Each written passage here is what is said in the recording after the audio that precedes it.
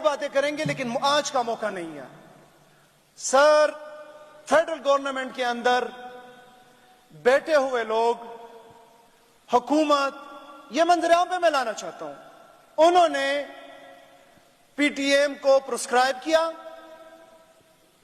और उस बुनियाद पे यहां उनके ऊपर शेलिंग की, उनके ऊपर फायरिंग हुई और उसमें 3 लोग शहीद हुए। अब जो 3 लोग शहीद हुए, सूबाई हुकूमत ने पहले भी कहा था जब वो ये ऑर्डर जारी कर रहे थे, चीफ मिनिस्टर साहब ने पहले भी कहा जब वो ऑर्डर जारी कर रहे थे कि मेरे सूबे के अंदर लॉ एंड ऑर्डर की सिचुएशन पैदा नहीं करनी,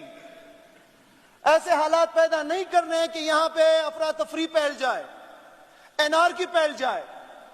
मैं जिम्मेदारी के साथ कहता हूं अपनी हुकूमत की तरफ से कि इन लाशों की जिम्मेदार फेडरल हुकूमत है और इंटीरियर मिनिस्ट्री है, कि जहां पे आपको एंगेजमेंट करनी चाहिए, जहां पे आपको लोगों को एतमाद में लेना चाहिए,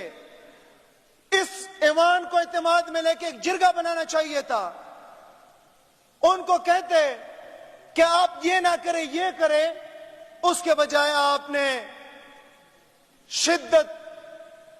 और एक्सट्रीम पोजीशन ली और आज 3 जाने जो हैं उसमें गंवा